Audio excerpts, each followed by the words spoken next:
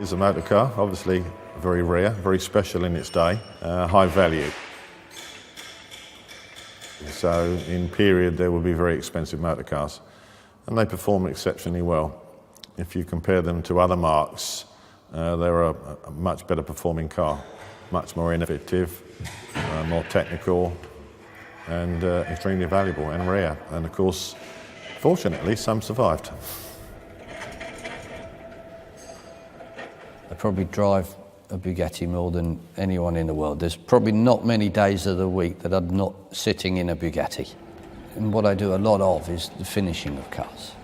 I do the testing, the driving, and the setting of the cars. We restore cars. Cars of value is based on its originality. So if you start replacing parts, then you weaken the originality of the car and weaken its value.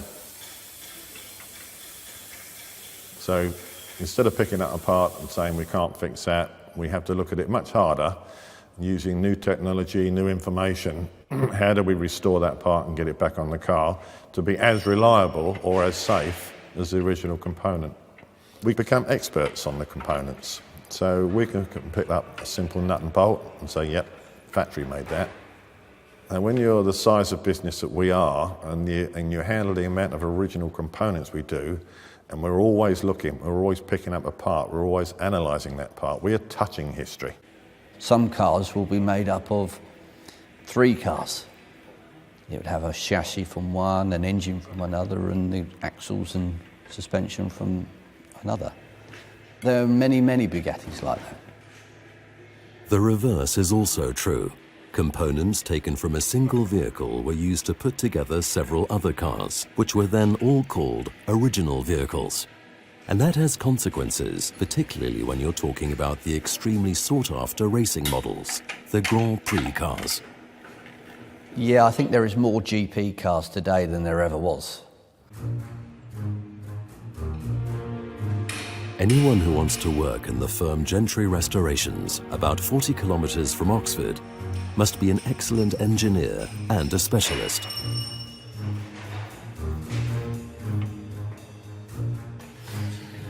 The original two-man operation has expanded since the year 2000 into a company with 17 employees, to which Bugatti owners from all over the world entrust their darlings, often worth millions of dollars.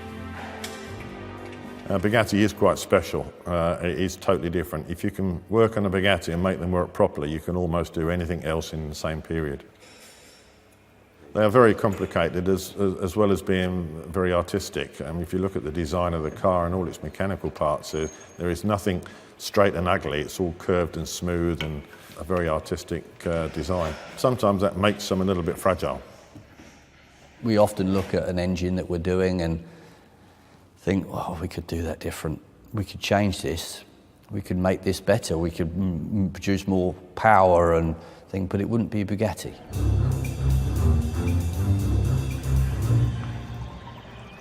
A lot of our clients say they buy Bugatti because they want a Bugatti. They want the driving experience of what it was like in 1920s, and 20s and 30s. So let's take a ride, back in time.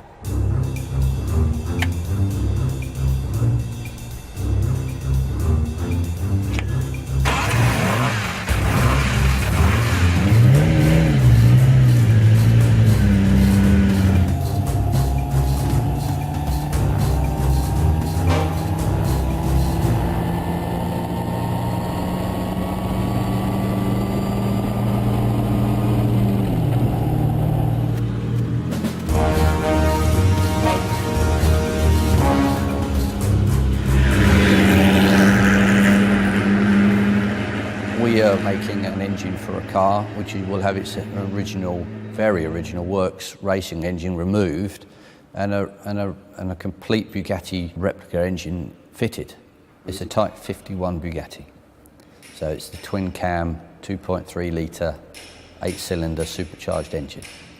100% brand new, but built exactly to Bugatti standards. No modern updates, no modern thinking, complete original specification engine.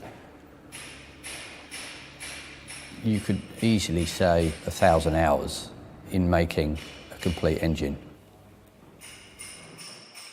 There are some companies that specialise in building complete cars. If we ever built a complete car, it would be a replica. It would be made exactly the same way as Bugatti made them in period, but it would be new today. If we stamped numbers on that car, if we gave that a permanent identification, and the numbers which were stamped on it looked or tried to be the same as the Bugatti numbers, we would regard that as a fake. We are official restorers to all of the Volkswagen collection, Bugatti automobiles. This one's driven around, and personally I've done about 7,000 miles in it. Because it's big, it does make it difficult. Human beings stuck behind a well-engineered vehicle, it works. It was designed correctly. So the only thing is really unusual is the long bonnet, especially at T-junctions. They used the design of the cylinder head of the Miller for the Type 51. That is all down credited to his son, Jean. Well, if you get the Miller engine and the Bugatti engine together, they have similarities, but of course he couldn't graft a Miller part onto a Bugatti part, he just used the Miller advantages. So he didn't necessarily copy the Miller engine, he actually copied the Miller idea, which is the twin cam. The new technology was now used in motors of different sizes and in different types of vehicles. On the road, this is our second day. We don't do that much work on the road. We get small jobs, spark plugs get fouled up and we change spark plugs, oil leaks, clutch adjustments, blown fuses. And then we get to the rest stop here and they say, oh, have you got any oil? Top their engines up, can you adjust my clutch? Blown fuse on one over there and an oil leak to fix. So usually on the road, the work is quite small. If it gets very big, then we send them back to the hotel and we do them when we get back at night. Yesterday we sent 2 cars back to the hotel. One had a rusty fuel tank that was blocking the fuel filter. So every 5 kilometres, clean the filter, so we sent that back. The second car we sent back was a 35. We thought the bearing had gone. So okay, we can't do that on the side of the road, so we put that on the trailer back to the hotel, ready to put a new bearing in, but when we pulled the hub off, the shaft is broken. It's very lucky actually, because when the half shaft breaks on the outside end, the wheel comes off. So that's finished, so that one's gone. Even Bugatti drivers only live once, and these days that can be dangerous for completely unexpected reasons, at least for non-experts. We support many international Bugatti rallies all around the world, and we support them as sponsors. So we just go there with a van full of tools and spares and fix anything that breaks, and that's their education to us. When you get 100 Bugattis on a 1,000-kilometre rally, what breaks down is the weaknesses. And what we repair more than anything else, which is not due to lack of maintenance, modern components and modern redesigns. The more modern parts they put on, the more electrical problems we get. You know, the modern electrics can't stand the vibration, and they can't stand the heat, because in a modern car engine they don't get too hot and the vibration's all insulated away. So it's a regular thing. We never know what to expect. The thing that gives us the most problems are the parts which are not Bugatti